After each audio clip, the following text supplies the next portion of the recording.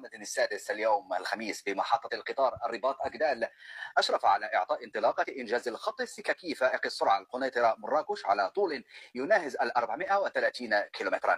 ويهم مشروع الخط فائق السرعة قنيطرة مراكش بالخصوص تصميم وإنجاز خط جديد بين القنيطرة مراكش بسرعة 350 كيلومتر في الساعة، وتهيئة مناطق المحطات بالرباط والدار البيضاء ومراكش.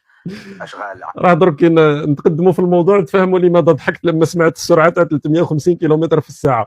لما نسمع القنيطره نتذكر المرحوم محمد بوضياف، لانها البلده التي لجأ اليها بعدما حكم بطبيعه الحال، بعدما حكم عليه الدم من طرف النظام الجزائري، ولجأ الى المغرب الى غايه 1991 لما رجع للجزائر وتم اختيار. قلت لكم انه هذه الخط بطبيعه الحال هذا امر جيد للمغرب، انه خط جديد الان بين مدينه القنيطره وبين مدينه مراكش، في خط السكه الحديديه بطبيعه الحال وخط السكه سريعه. لكن نشوفوا ايضا اولا ايمانويل ماكرون على ما اظن اللي تكلم، يقول لك يحرز التعاون الفرنسي المغربي تقدما سريع الوتيره، واستهل جلاله الملك محمد السادس اعمال خط القطار فائق السرعه الجديد بين القنيطره ومراكش الذي اثمر بالفعل عن الشراكه التي اقامتها منشاتنا خلال زياره الدوله التي اجريتها الى المغرب في اكتوبر المنصرم، وتحيا الصداقه بين المغرب وفرنسا.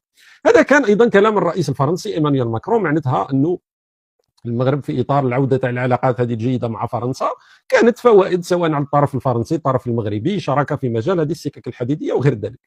لكن في نفس اللحظه اللي كان يحدث هذا في المغرب، ومع كان العهد المغربي يدشن القضيه هذه، كان ايضا الرئيس المعين عبد المجيد تبون في بشار يرد بالثقيل طبيعه الحال. نشوفوا الرد تاع الرئيس المعين عبد المجيد تبون على هذا الخط تاع القنيطره، وراكم تشوفوا هنا ربما الرئيس المعين تبون امام، نحاولوا نسمعوا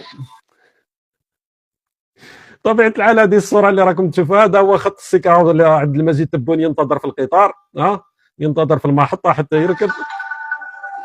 طبيعه الحال على ما اظن القطار هذا اقصى سرعه 120 كيلومتر بالقياس مع 350 كيلومتر، لانه ليس قطاع سريع، وخط بين بشار والعباد.